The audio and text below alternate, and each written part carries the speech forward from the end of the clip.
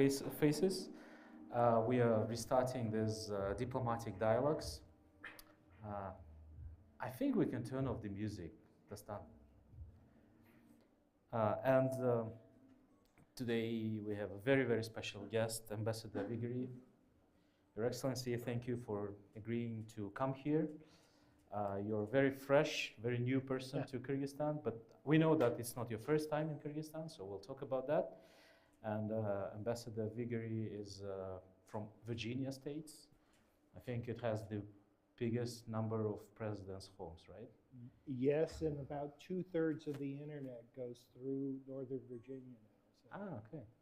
Yeah, I visited Charlottesville. It's very small, but so meaningful. Beautiful place. Yeah, and Ambassador is not new to Central Asia. He served in Tashkent, in Uzbekistan, and also in India, and also in the Department of State, covering Central Asia and Pakistan. So we'll talk about that too. Sure. Thank you. So I was, just to kick off our conversation, I was following how you were appointed, and it says that the President Biden had this idea of nominated you in February 2022, a year ago, and it took a whole year, almost a year, because you only came to this in December, right? That's right. And I wonder how this process happens.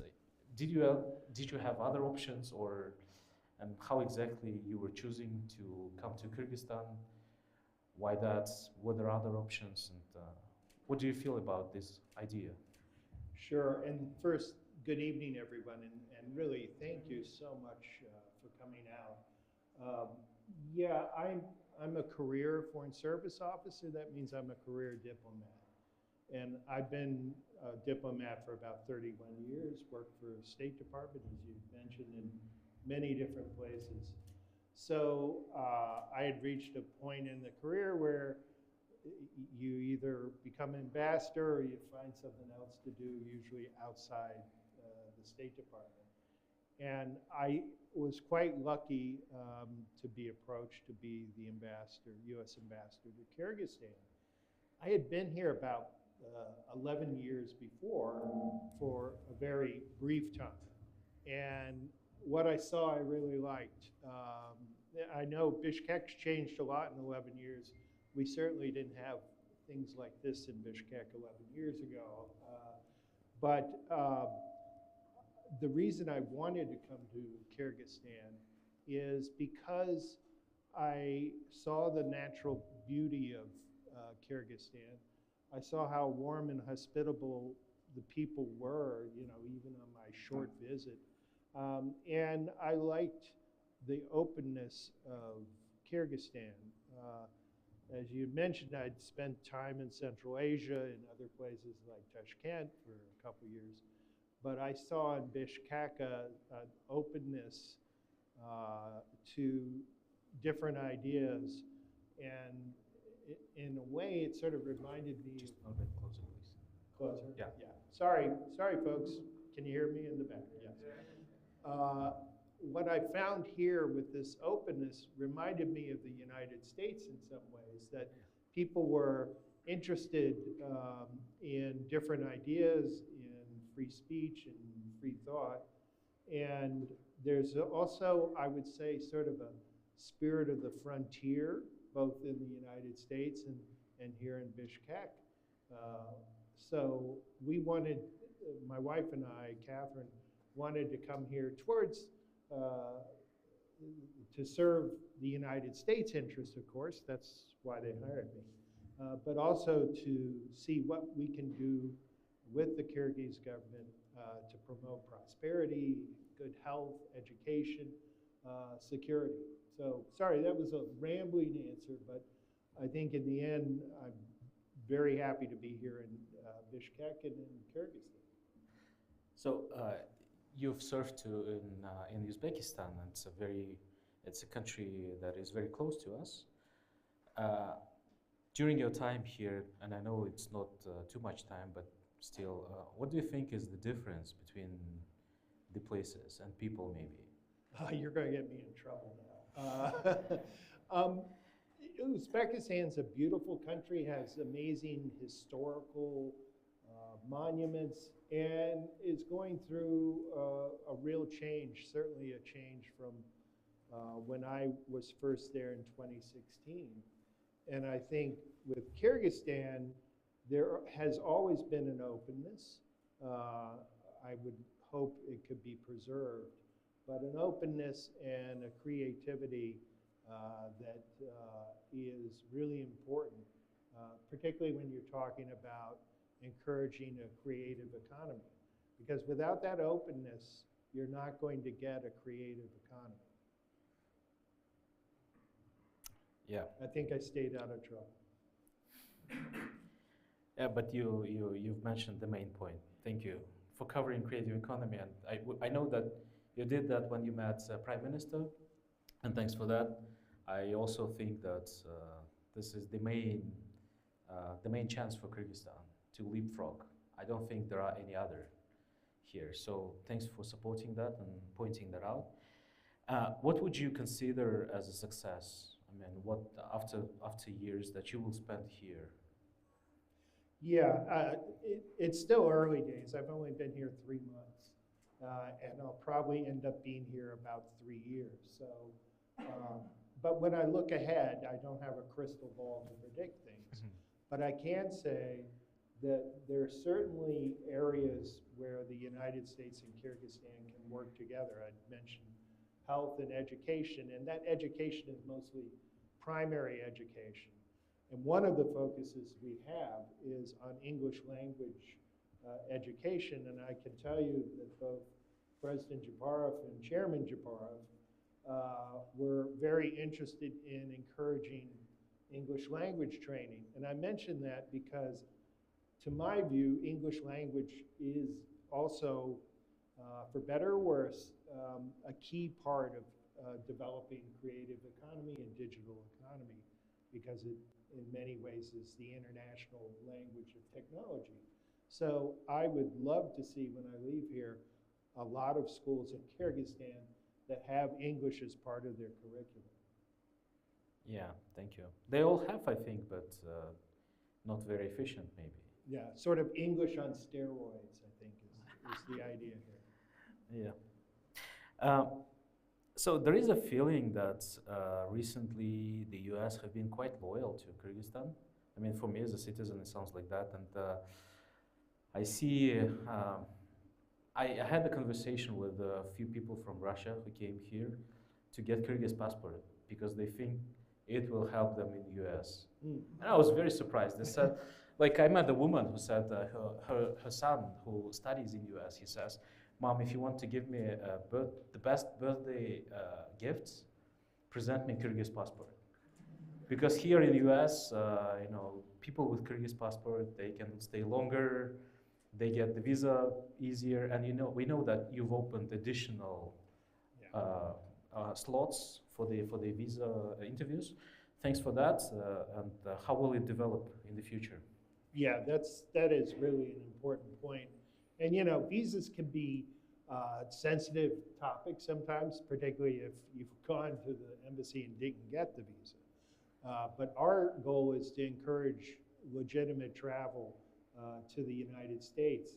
So when I got here, I worked with our consular staff to try to improve how the consular section functions, because at one point we had a backlog of, you couldn't get an appointment for about 2 years, maybe even more than 2 years, which was just awful. I mean, you don't want to keep people waiting that long. And so I'm lucky to have such a great staff. We looked at ways we could change our procedures and did a little process mapping, because that was one of the keys. We put more people on the task and improved some other procedures. So we're now down to, it varies, but we're down to, I think, 80 days. So ideally, I'd like to see it 20 days waiting time to get an appointment. I don't know if we're going to get there, but you have to have goals, right? So I think with those changes and other changes we're under discussion with the Kyrgyz government about length of visa, fees, we want to essentially extend the period of time and reduce fees. We'll see if we can negotiate that, but I do think that that would be something that would be productive, because there is a Kyrgyz community in the United States, as you know. There are a lot of folks in Chicago, which surprised me, but other places as well. And we would love to see more exchanges between people. I think that's the way to build understanding. And I'd love to see American tourists here in Kyrgyzstan. Yeah. It's a beautiful place, and anything we can do to encourage the Kyrgyz government to make visas for Americans cheaper and look at tourism infrastructure would be great. If I could see more Americans here, I'd be very happy at the end of my 3 years. Yeah, if you allow me to give an idea. Sure. Digital nomad visas, that's something, if you could maybe incept into minds of our government, and we've been talking about that a lot with them too, and I think there is a high chance that some digital nomads from the US would be coming to spend here a month or two, so not just regular 7 days tour. That'd be great too. Yeah, I'd love to see a lot of Americans out near Lake Issyk, so, and in Bishkek, of course. We're also fans of Issyk, yeah. Right, right. So yeah, that's an excellent suggestion. I don't know how flexible we are on those sort of things, but I know that increasingly people see this particular administration sees the importance to the US economy of having the ability to go back and forth more easily. Yeah, thank you. So some people from behind are telling me that they don't hear you. If okay, you could keep the sorry. microphone closer. Thank you. Okay. So yeah, in early 2000s, obviously Kyrgyzstan was very important to the US because of the air base. Now Afghanistan is not, that topic. And what is Kyrgyzstan in the eyes of US diplomacy? Why? I mean, how do you consider this country? What is important? Why this country could be important, and all that? Yeah, I think for the United States, and this is what I told the senators when I was being confirmed, they essentially ask you, well, what is important about the country you're going to? And again, to me, it's the possibilities here, the potential of people, the possibilities of encouraging this creative economy, Kyrgyzstan's openness, and I don't think the U.S. and Kyrgyzstan will never be giant trade partners, just given the discrepancy in sizes of the markets. Kyrgyzstan's 7 million and U.S. is 330 million. But that doesn't mean that there aren't possibilities and potentials there for trade that I'd love to see developed. I'd love to see U.S. companies more present in Kyrgyzstan. And I think Kyrgyzstan's security, independence, territorial integrity, sovereignty, those aren't just words you hear all the time. Those are actually really important, particularly in today's world. Yeah, thank you. There's a growing feeling that the world is quite, it should be uniting more because we have these global issues, we have common threats, we have the climate change, but there is a feeling that we are living in a more, that we are having more walls now in the world than 10 years ago. In general, not talking about Kyrgyzstan, but talking about the world diplomacy, what do you think, where are we heading? What will happen to UN considering the situation in Ukraine, where many people are blaming UN for being quite passive and not able to resolve? How will the world diplomacy develop? Yeah, that's excellent question. I would say that, again, I don't have a crystal ball, and obviously there's some trends that are quite worrisome. I'm a father of 3 kids, and I do wonder about the world that they're going to inherit, from people my generation. But I do think that puts really a priority on looking at the importance of climate change in particular. And I would also make the argument that we need to look closely at activities by authoritarian governments that are opposed to the sort of openness you have here. I do think that it's pretty clear no country, not the US, has all the answers. And so that puts a premium on cooperating with other countries. And I think in particular, you're going to see our country find ways to partner with other countries. We have allies, we have partners, we have countries that are interested in cooperating, maybe not on everything, but on some issues. So that's useful. You pointed out with the United Nations, given the way the Security Council is structured, and I'm not going to go into some sort of poli-sci lecture here, but there are countries, 5 countries that all have a veto. So getting all the 5 big powers, the Security Council powers, to agree on something is incredibly difficult. The UN can do a lot of things, and one of the good things I've seen since I've been here, I've met with a number of people from UN agencies, including Food and Agriculture, World Health Organization, and so all those parts of the UN can do a lot and do a lot here, but in cooperation with the Kyrgyz government. But when you're talking about peace and security, that's a different matter, I'd say. Vanessa, can you point the Yeah, microphone? sorry. So I'll ask. For those in the back, what I said was amazing, but you'll have to take my word for it. Okay, so I'll ask now my last question before we go to the questions from you folks. Please raise your hands when you're ready to ask a question. Please don't ask for visa. And don't complain that you didn't get visa.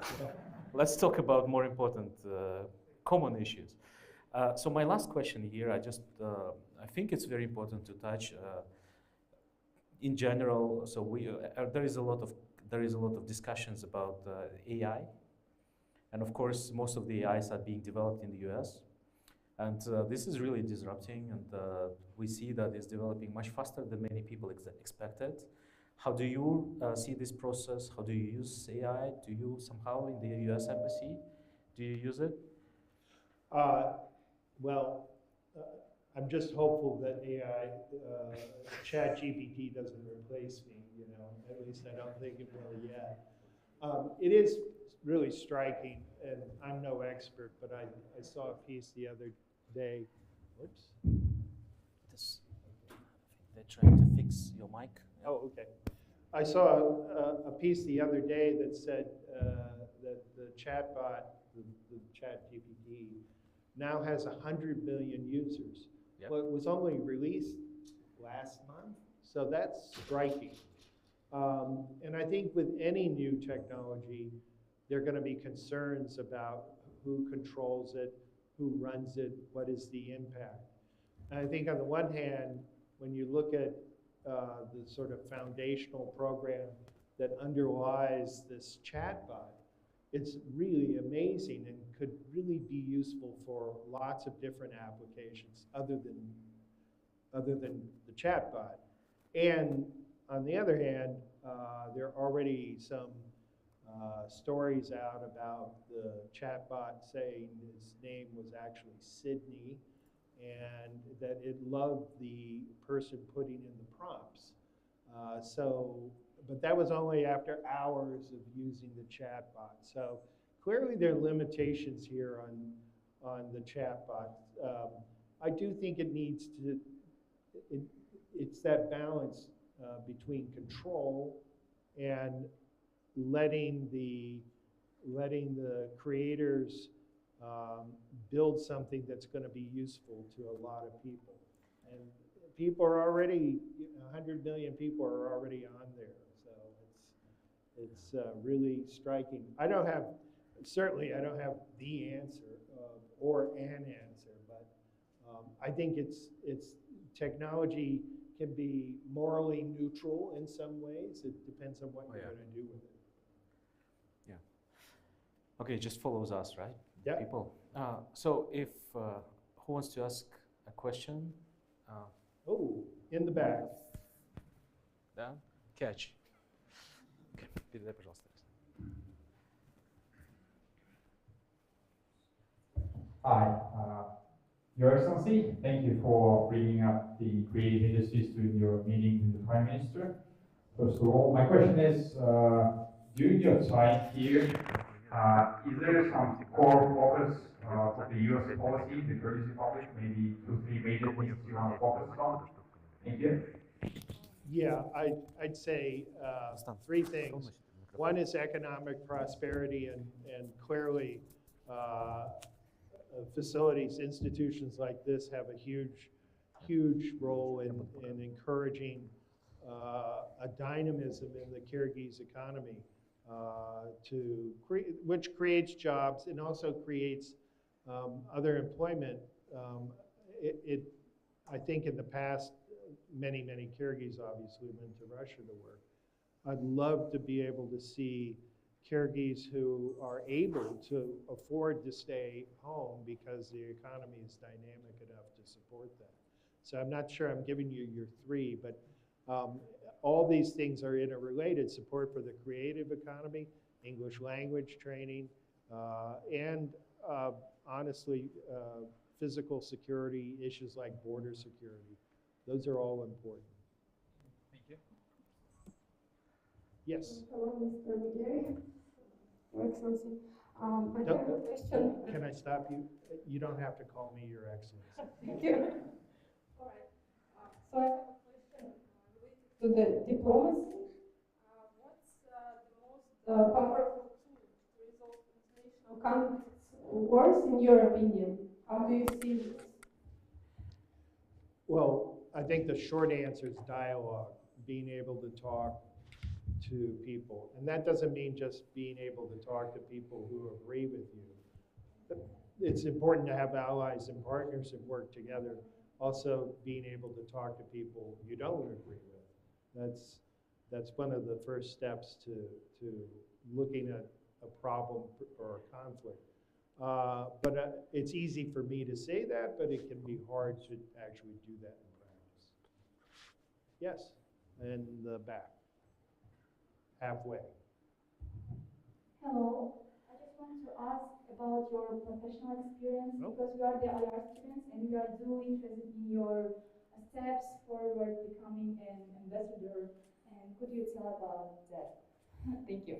Sure. I just love talking about myself. So. Just the mic closer. Okay. Yeah, please. How's that? Okay. Yeah, good. Much better. Okay. Yeah. So, I went to college and studied international relations, and then got sidetracked and went to law school, and I was a lawyer for a while. And I don't practice law now, but I thought the legal education and what you learn, it's more how you learn to think than the substance of property law or estates or tax. It's the educational framework that you learn law in. So I was a lawyer for a couple of years and then took a foreign service exam. We have an exam it's a very competitive process. Competitive process. And then when I was in the foreign service, I've had a lot of different jobs.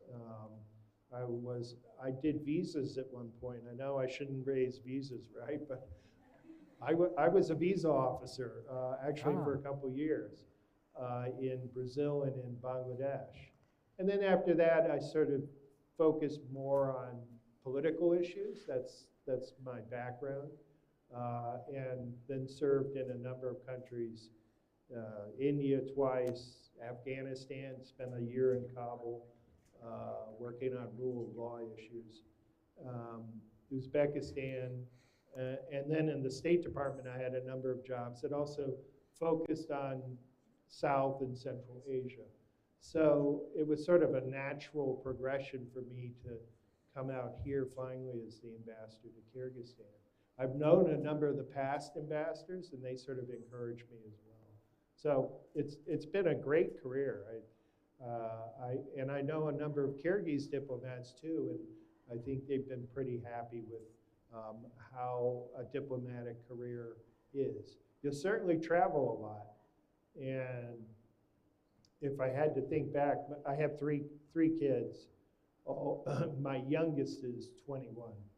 And I think that's something you have to think about if you're looking at this as a career, because you're going to pull up roots and move every couple years, and that can be hard on everyone. It can be hard on your spouse because they have to go find a new job too, and hard on the kids. But I'd say on balance is a great career. I'm not done yet. I'm John. Dear Ambassador, it's very nice to meet you. Welcome to Kyrgyzstan. My name is Ayimjan Uzbekova, and I'm a proud Fulbright scholar who recently came, actually 1 month ago. And I was selected one of 2 Fulbrighters in 2021 actually. And then I was selected as a Muskie Fellow, and I was the only one in my cohort. However, from other CIS countries, there were several of Fulbrighters and then Muskie receivers. When I was in DC at US Department meeting, I was told that it's usually up to US embassies back in the countries who distribute the amount in the budget for the Fulbright or other IVLP or other exchange programs. So my first question will be how we can increase the number of Fulbright recipients in Kyrgyzstan, how we can maybe even launch a PhD program, because Fulbright actually sponsors PhD programs as well. And third question, but related to the first 2, it will be how we can bring American students here in our university, because Fulbright works both ways. Thank you. Let's negotiate right now. Well, we can negotiate later. I'm a little surprised Washington said it's all up to the embassy. We depend on them for the money. So I think the short answer, when you have funders in any business, creative business, any sort of business, your funders or your bankers, you got to convince them that we need more money because we're doing good work here. So I think there is a lot of potential, a lot of promise here. So that helps me go back to Washington and say, I need more money because we need to send more Kyrgyz to the United States. These programs are great. I think in many ways, particularly the visitor program, is probably the best money we spend as a U.S. government overseas, because it just creates possibilities.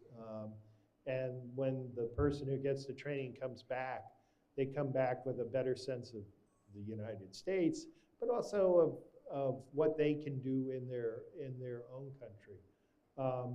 On PhD programs, I'll have to look into it.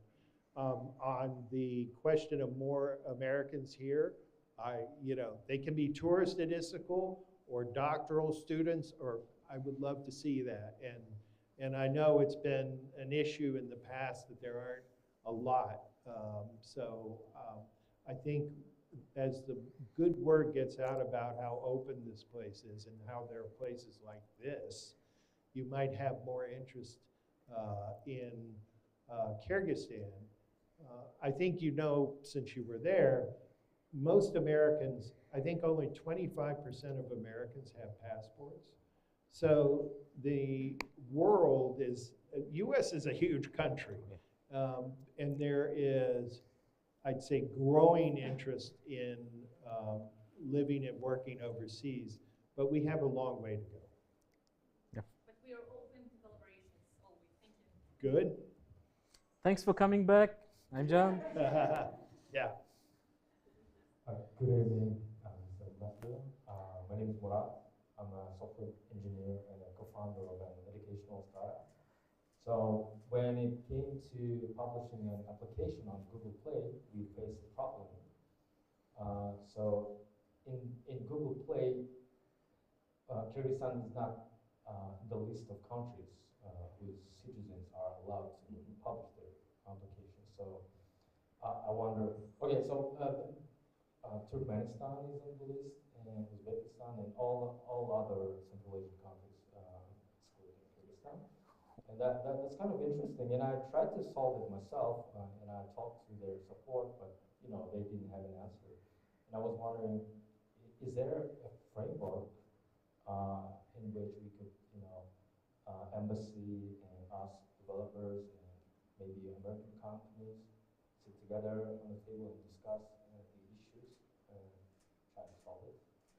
Yeah, I'm not familiar with this particular problem. So you can't write code, you can't do software or create an app and get it on Google Play because there's some exclusion of Kyrgyzstan. Yeah, and they don't have any explanations. They don't know. Okay. Those people. Well, I think that's something we could look into. Mary, there she is, right in the back, or middle. That is something, I mean, we have a great economics team here. Who is here, Mary? Just me. Just you? Okay, the whole team. But yeah, that is something we can, mystery to me, I mean, I don't want to say any, I'll stop there before I talk about Turkmenistan, but it's a little odd that Turkmenistan's on the list and Kyrgyzstan isn't. I don't know. Well, I think they thought Kyrgyzstan. Oh, no. Oh, yeah, well, yeah. I wish I could tell Google what to do. But it is something we can at least, inquire, like, why is this? Yeah. Thank you. Max? Good evening, Mr. Ambassador. My name is Maxat. I'm the founder of a tourism company. I would like to add some few words. Recently you said there's a big Kyrgyz community in Chicago, in the United States. By the way, there's one guy from Philadelphia. Okay. I talked to them, and I was in Chicago last year, and they say there are two reasons. First of all, it's because in Chicago it's the same. There is a winter and there is a summer. And second reason is because in their telephone code they do have 312, which is similar to Bishkek. Really? And is that the reason? No, that was just a joke, but they Okay. say probably two reasons why they are there. Maybe it's because of them. Yes, also, I traveled a little bit around the States, and I do agree that the United States is a huge country with a lot of interesting things, and I would like to use this chance to invite you for one of my tours as well. Some of the U.S. Embassy workers know I already had some experience taking them on the tours. And I found out about two interesting things. There is a place called Manastash Ridge in Washington State, near Seattle. And there's another place called Manassas, which is near Washington, D.C. Yeah. I know that there is a Kokboru team in the United States that comes here, which is great cultural exchange.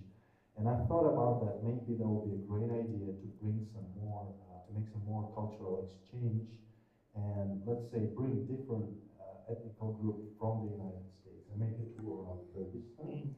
And introduce both Kyrgyz culture to culture of the United States and do other way around. Let's say bring the youth and make the nomad tour all over the state. I love this guy. He's entrepreneurial. But seriously, I do think those sort of people-to-people exchanges are huge. So I wasn't here, but I heard about it. There were a group of U.S., what we call cowboys, who came to Kyrgyzstan. I don't know if you all saw this group, but apparently, and they would go out and ride horses with nomadic herders, and had a huge impact here. And I've also heard about the Nomad Games. I'd love to see it, although it's not here this year or next year. But you're right. You put your finger on it. Having those sort of experiences are really critical to building that understanding. And because I'm an official, I'll put in a plug. for one of our programs. We have the Montana National Guard, which is a partner to elements of the Kyrgyz Armed Forces. And they come here and work on medical, mostly medical and life-saving, first aid, disaster relief, things like that. And I asked the person who was involved in the program, why Montana? He said, it's obvious, you know, look, Montana and Kyrgyzstan have a lot in common, and they do. So thank you for flagging the importance of cultural exchange. Good evening, Ambassador. Hi. You're a Philly guy, right? Yes. Okay. Drawing me into conversation myself. Thank you. Thanks for having us and opportunity to ask questions. And I am proud US Army veteran and Kyrgyz American too. So not all the Americans skip on Kyrgyzstan. Good. But I wanted to move from particulars to generals. From outside background myself, I separate Kyrgyz state and Kyrgyz people. Because in America, Kyrgyz Americans, they are the holders of power and they created the state. In Kyrgyzstan, we have a different path. So I would ask you to use this, my question as an opportunity, name few things that you missed to recommend to the government of Japan. To the state, recommendation to the states, and recommendation and advice to Kyrgyz people. Few things, maybe it's gonna be from your experience, maybe something from your strategy, or just candid recommendation. Thank you. Sure, that's a tough one. I think when I think about, I don't feel I'm in a position to tell the Kyrgyz people anything. I'm still learning. I've only been in Bishkek and up to Ala Archa and Alatu Mountains. I haven't been to the rest of Kyrgyzstan. So I'm not going to sit here and tell Kyrgyz people, oh, you ought to do this, that, or the other thing. But with the Kyrgyz government, what I've focused on in particular are areas where we have something in common, interest in common. And one, and I can't say it enough, is fostering a creative economy through places like this. But we also do lots of work through our U.S. Agency for International Development in areas like health. We're a huge partner with the government of Kyrgyzstan in helping people who have tuberculosis or living with HIV. During the pandemic, we made sure that we got as much assistance as possible out to Kyrgyzstan during COVID. So those are some of the areas that we're interested in. We're also interested in encouraging business ties. So that sort of thing is with business ties. That's both talking to the government about how it can make things easier for businesses, foreign businesses to operate here in Kyrgyzstan, and then working with Kyrgyz entrepreneurs. Thank you. Hello, so good evening again. My name is Zaid, and I'm sorry, I'm a little nervous. So I want to ask you about like work and travel. So how many places have been provided to Kyrgyzstan? I'm sorry. How many places have been provided to Kyrgyzstan? How many places? Like about like work and travel. Like visas? I'm sorry. No, just places about like work and travel. Like you have some limits about I don't know about like. Скажите по-русски, я переведу. Просто места для work and travel. Сколько дается? How many places you provide for work and travel program? That depends on the applicants. I mean, there are lots of different visa categories. One of them, for instance, is a diversity visa. That's the famous green card lottery. And so that is a couple thousand. As far as summer work and travel goes, it's not as many. I think it's a couple hundred. And there, what we're looking at are well qualified applicants that can go to the United States, gain some experience, and then come back. Yes. So, hello. Hi, Lesslie. Good evening. Thank you for visiting Kyrgyzstan, our country. That's such an honor. Oh, I live asking a here. Question. So, my name is Akbar, and currently I'm a front-end intern. And I noticed that in Kyrgyzstan we have a lot of IT courses, and our IT industry is increasing. But we have a few companies that hire people, and there is a lot of IT students that are very talented and ambitious, but they cannot find a job. So what do you think about engaging IT American companies into Kyrgyzstan and hiring developers from Kyrgyzstan? I think it's a great job, but a great suggestion, and those are good jobs. But the way our system works in the United States, I don't have the authority to go tell companies, hey, go there. I wish, but I don't. So what has to happen is there has to be a sufficient infrastructure here of creative industries and firms. And then, again, I'm saying this over and over, I recognize it, maintaining an openness. Also, cheap internet helps. And all those things together make for an attractive package for U.S. firms to look at Kyrgyz companies. I just asked today, and they're not 2022 figures, but 2021 figures. So I think it was about $40 million of business, and a lot of it, a huge amount, is with U.S. firms. So this, and those 2021 statistics are probably already way out of date, because I know there's been a lot of growth in 2022. So creating that infrastructure for creative industries to do business, keeping tax rates low, looking at regulation, and trying to limit that impact on businesses is so important to nurture this. We used to, in the US, we used to call some of the industries way back infant industries. And you want to protect those infants, Infants. And you want that baby to grow. And so in this case, I want this baby to grow big. So I can't tell you, oh, you're going to get a job, 6 months from now with a company. I can't do that. But I can say that as structures like this, companies that I've already seen just walking around, there's just a huge potential here. Thank you. May I ask a question about the visa?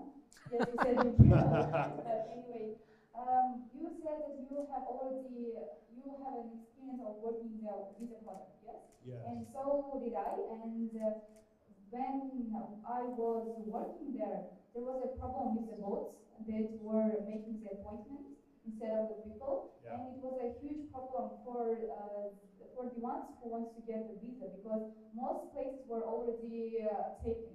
And are there any ways that you are going to, how you're going to find with them, with that, or I don't know, is there any ways? Yes, in fact, we've already worked on this problem of bots sucking up the visa availability. That's one of the things we did technically to try to improve the process, so that that the bots wouldn't sweep up all those appointments.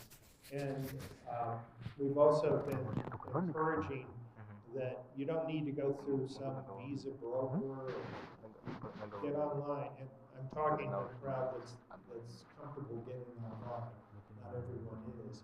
But you can get online. You don't need to pay someone else to do this. Just get online, look for an appointment. Thank you. Hello, Mr. My name is Ajit, and I have one political question. And I guess it's possible to answer it. Okay. As you know, that now in the Astana, passing the negotiation with the State Secretary of US, with the Minister of Foreign Affairs of Central Asian countries.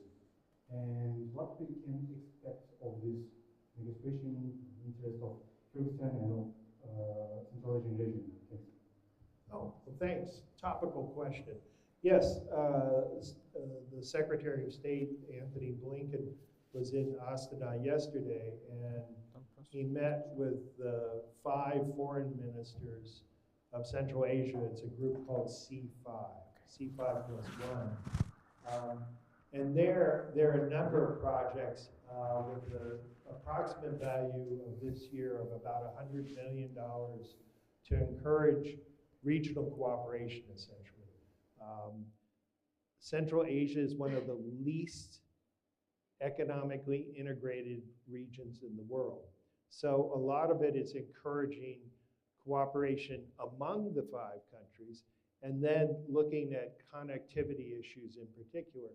How can Central Asia be better connected to the rest of the world? Now, some of that's like hard infrastructure, you know, across the Caspian, are you going to have more pipelines or ferries or other things? But some of it is digital. You know, how can the world and Central Asia communicate better with each other? So our secretary, Mr. Blinken, met with the Kyrgyz foreign minister. They had good discussions. You know, I'm not allowed to go into he said and then he said. But I can tell you that they touched many of the themes that I've already brought up here today about economic prosperity and regional cooperation. So it was a good, positive meeting. And our state secretary is now in Tashkent today and going to New Delhi tomorrow.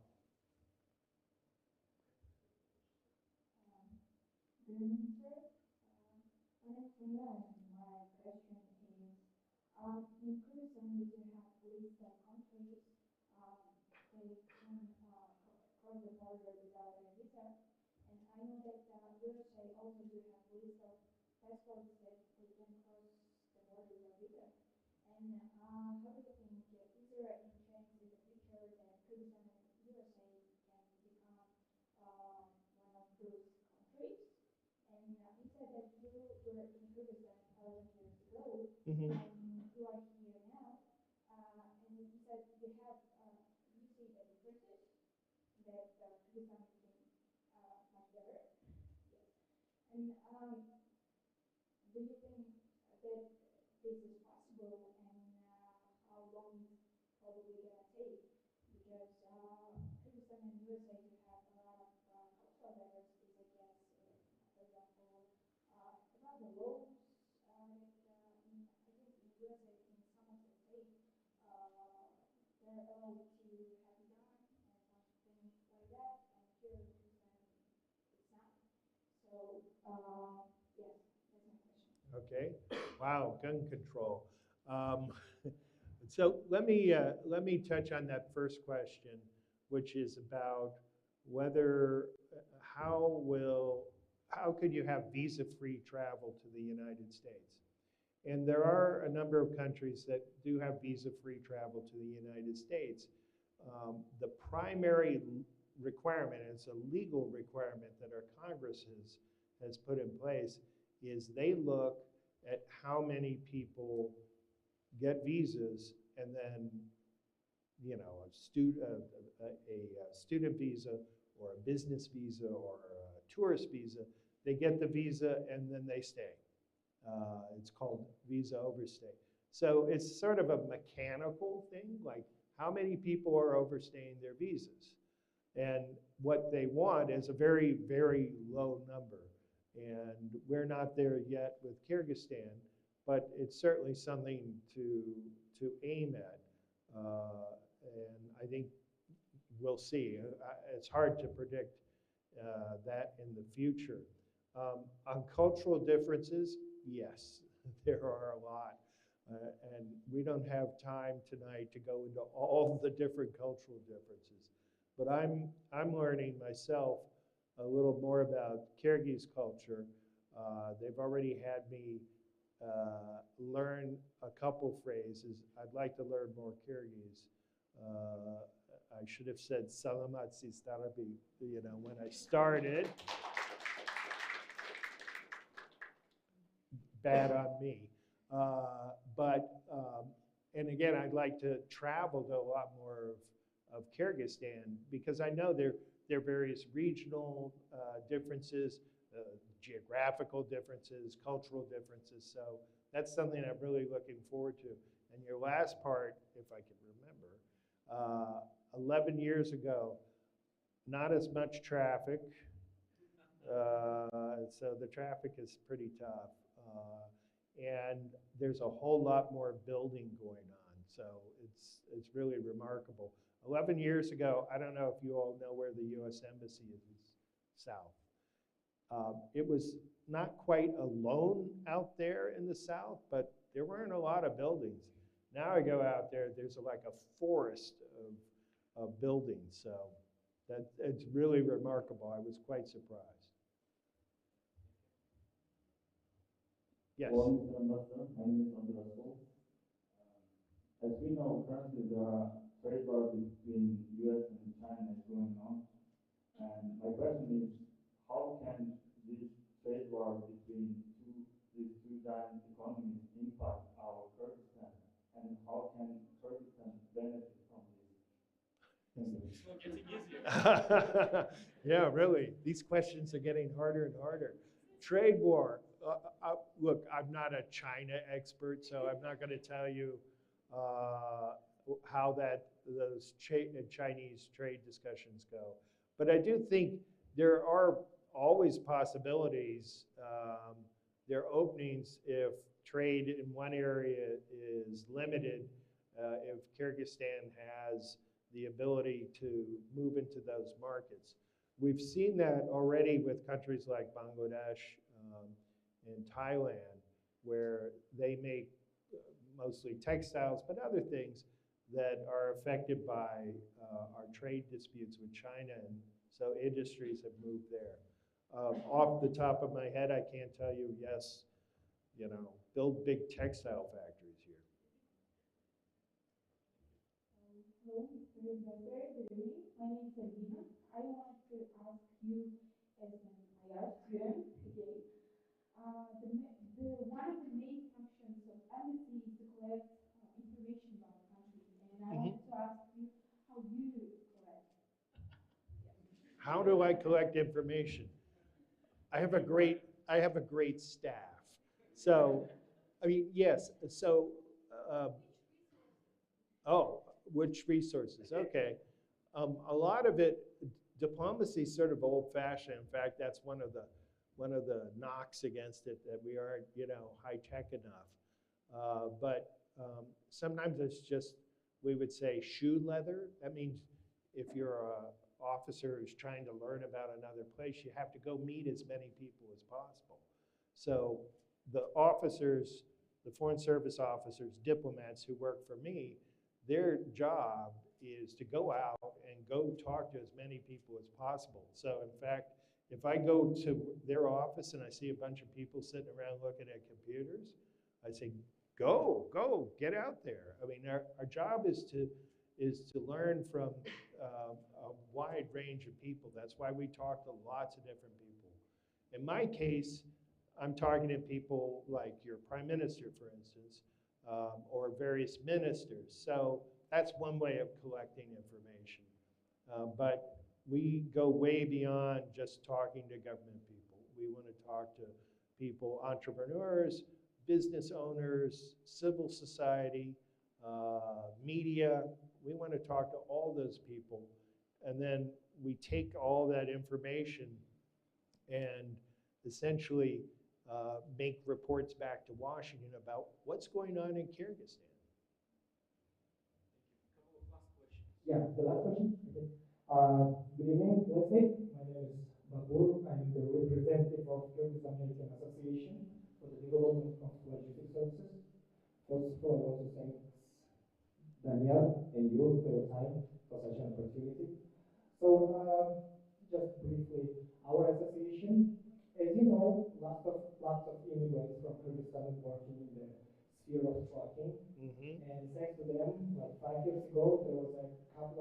companies was opened in Kyrgyzstan as a BPO companies for outsourcing.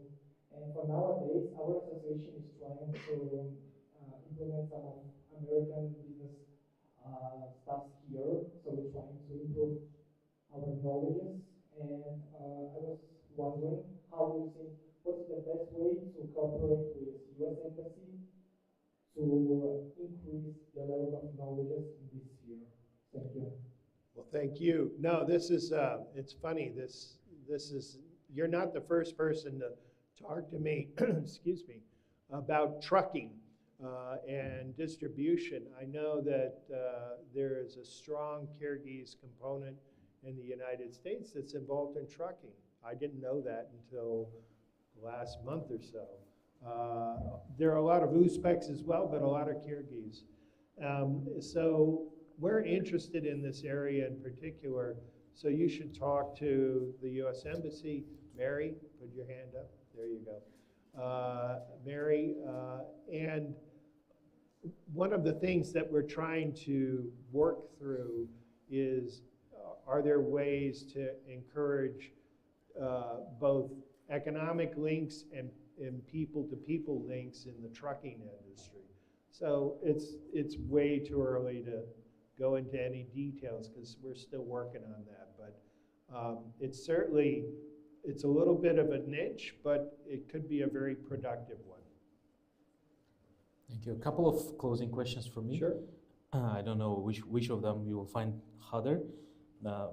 Sorry. So when the when the war in Ukraine started and when the sanctions started, there was a clear statement that the countries that would be helping Russia to avoid sanctions would also be eligible for secondary sanctions. At that moment, it was quite unclear what exactly we could do wrong or right. Maybe now it's more clear, and maybe we can talk about that. And more specifically, I see here a lot of faces of people who moved from Russia to Kyrgyzstan now. And a year ago, when we were discussing with the government that we need to somehow help to them to settle up here, to register easier, to arrange them special like digital nomad visa and all that. So some people were afraid that that would lead to secondary sanctions. Can you comment on that too, please? Yeah, I think the short answer is no, that would not, people coming from Russia to live here are not going to lead to sanctions. Unless, there's always a but, unless they're engaged in trade in items that are sanctioned. And a lot of the folks that have come from Russia here aren't engaged in that sort of trade at all. So we keep a careful eye on what's going on, because we would like to see the sanctions complied with. And in fact, we've had a series of conversations with the Kyrgyz government about what sanctions require or not require. So I think you're right. I think there's a better understanding now of what violates sanctions and what isn't, but that's going to be a continuing conversation. So are we quite far from this? Yes. I hope so, yeah? Yes, I hope so too. Okay, great to hear, thank you. And a more personal question, just a last one that we ask from every ambassador that comes to these diplomatic dialogues. Maybe you could name the 3 books, or maybe 2 or 4, the books that had real influence on your life, not just the books you liked, but maybe they made you decide to become a diplomat, maybe they helped you to build your personal principles. Can you advise those books, and maybe it would be useful for people? Sure, that's interesting. 2 of the books are sort of science or sociology books. I was a really lousy student in science, but that doesn't mean I wasn't interested. So book one is Guns, Germs, and Steel by Jared Diamond, which people argue about what his arguments were. But essentially, for those who haven't read it, I won't go into the whole wiki article about it, but essentially he looks at geographic impact on development around the world. That's his main focus. I'm vastly oversimplifying this. Book 2 is Wonderful Life, which is by a paleontologist named Stephen Jay Gould. And Wonderful Life is about, I mean, when I tell you, you'll say, wow, that sounds really boring. But Wonderful Life is about very early life on Earth and just the variations in structure, the possibilities that were there back 570 million years ago. Anyway, you're like, you still haven't sold me on the book. It's beautifully written, fascinating. I didn't know anything about this area, and he got me hooked. Usually, if someone can get you hooked on something you know nothing about, it's a good book. Last book, which I just read recently, is Kyrgyz Amatov's The Day Lasts 100 Years, which really was... Who read this book here? I think it's one, is it like required? Shame, people. Yeah, so what I liked about the book, now it's set in Kazakhstan, so it's not Kyrgyzstan. I know he's a Kyrgyz writer, but it's set in Kazakhstan. But it's an incredible story, and he was quite brave to write it in 1980 because you sometimes have to read between the lines about what's going on. And, great feature, one of the main characters is a camel named Karanar. So it was really an eye-opener. Also, science fiction is incorporated in this story about essentially the main character, the protagonist, has to go bury his lifelong friend and in a special place. So, but within that, and I'm probably not doing justice to the work, but it's just an incredibly well-written book. Oh yeah, thank you very much for bringing up Aitmatov. Everyone here knows Aitmatov, everyone is proud, but not many people are reading. So if you keep maybe raising this and telling people, local people, to read Aitmatov, that would encourage more, I think, because... Happy to do so. I actually live on Kyrgyz Aitmatov, so, you know, it's great. Yeah. It was good. Yeah. So thank you very much for being so open. I know it's not easy. I know as an ambassador, as a diplomat, you have to be very careful with choosing the wording. And so I know it takes courage to come here and without knowing what questions will be asked. And thank you, people, for very interesting questions. Not asking to give you visa for a lifetime. So we avoided that. And thank you very much. I hope you'll have a lot of good days in this country while you are here. And we all know you much better now. Thanks for coming. Thank you so much. Thanks.